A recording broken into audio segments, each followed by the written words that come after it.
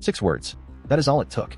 6 words from the son of the Queen of England, a man whose children call King Charles Yupa, whose teenage son stood alongside Prince George at the coronation in full ceremonial uniform in front of 1 billion people, to cut through nearly 20 years of royal speculation, tabloid drama, and public fascination. We are married in.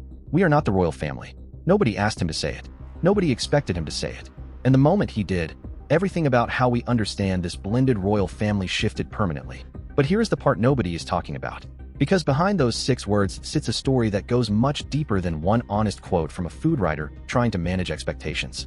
It is a story about power, about who belongs inside the royal circle and who does not, about a future king who is already quietly drawing lines that will define the monarchy for generations, and about a 50-year-old man who, whether he knows it or not, may have just said out loud the thing that Prince William has been trying to communicate through actions alone for years. Stay with me, because the full picture here is extraordinary.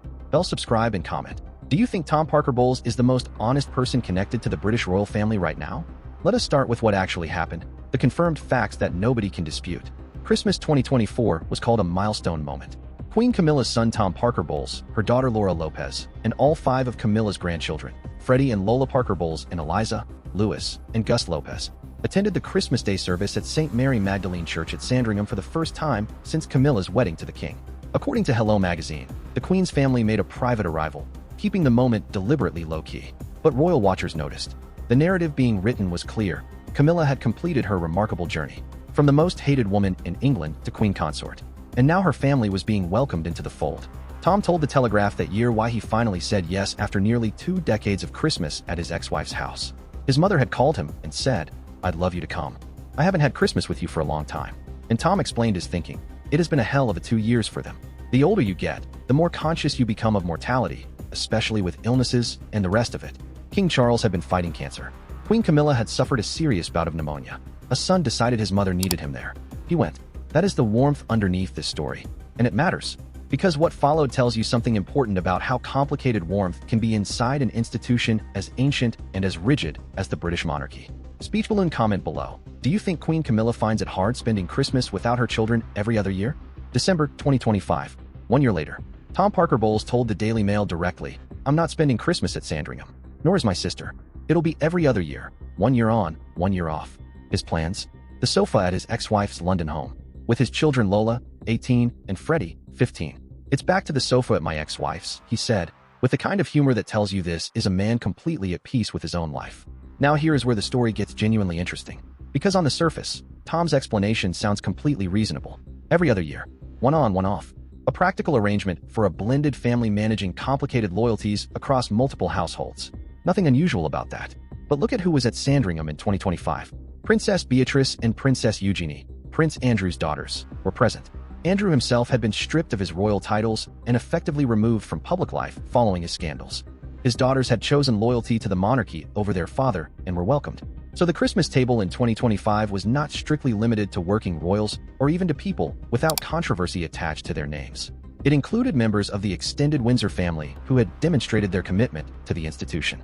And it excluded Camilla's biological children. That contrast is worth sitting with. Now here is where reports suggest something bigger is happening beneath the surface. And I want to be clear, what follows comes from royal commentators and sources rather than confirmed palace statements. But the pattern is consistent enough that it has been widely discussed across multiple outlets. Prince William has been increasingly vocal, through actions if not words, about his vision for what the monarchy should look like. He wants it lean, focused, built around the direct line of succession and a small group of working royals who carry out genuine public duties. He has watched what happens when the royal family gets too sprawling, too full of peripheral figures who attract media attention without contributing anything meaningful to the institution. Prince Andrew's situation was the most obvious cautionary tale, and reports suggest William was among those pushing hardest for a swift resolution there. In November 2025, William and Catherine moved their family from Adelaide Cottage to Forest Lodge on the Windsor Home Park estate. Royal commentators read this as significant. The Wales family creating their own court, their own household, physically separate from Buckingham Palace and operationally distinct from the current king's setup. The message, as sources described it, the Wales family is building its future with its own priorities and its own definition of who belongs in the inner circle. And Camilla's grandchildren, through no fault of their own, represent exactly the kind of complexity that does not fit that streamlined model. They hold no titles. They have no constitutional role. They are not in the line of succession. Their connection to the crown is entirely through Camilla.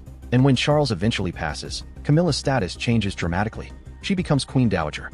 Her household gets renegotiated, and everything comes under the authority of the new king. The new king being William, the man who grew up watching his mother suffer.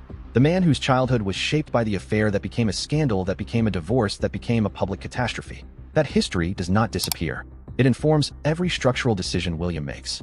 And then there is Princess Anne, who has reportedly watched all of this and said absolutely nothing, and completed 478 official engagements in 2025. She works harder than people half her age. She operates according to a code that values duty, discretion, and dignity above everything. She has known Camilla for decades.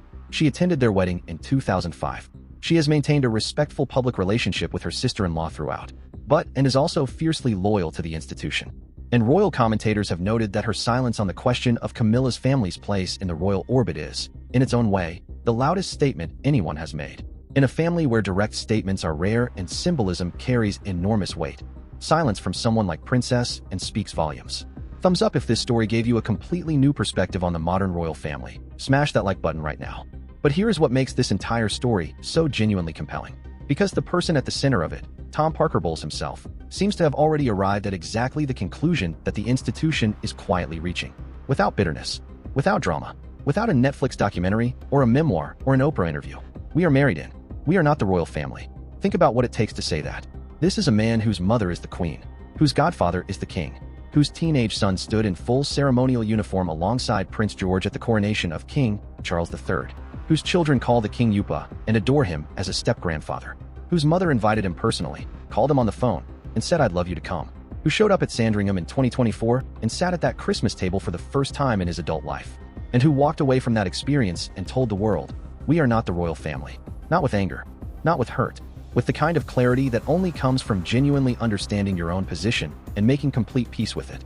Tom Parker Bowles told People magazine in 2024, we live in 2024 in blended families. It's a little bit different from the days of Victoria and Edward. If they're happy, then we're happy, and that's where it all starts from. He described Charles as a wonderful step-grandfather. He said his children adore both Camilla and the king. He was warm, honest, and completely grounded. A man who has watched his mother's extraordinary journey, from the most hated woman in England to the queen, without ever once trying to make that journey his own. That self-awareness may be the most remarkable thing about this entire story.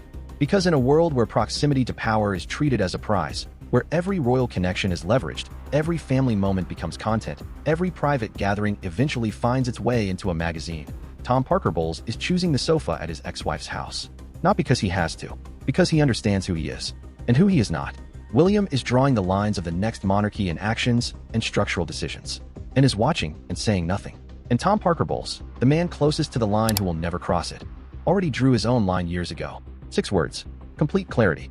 And somehow, in the middle of all the palace drama and royal intrigue and institutional maneuvering, the most honest thing anyone connected to the British royal family has said in years. We are married in. We are not the royal family.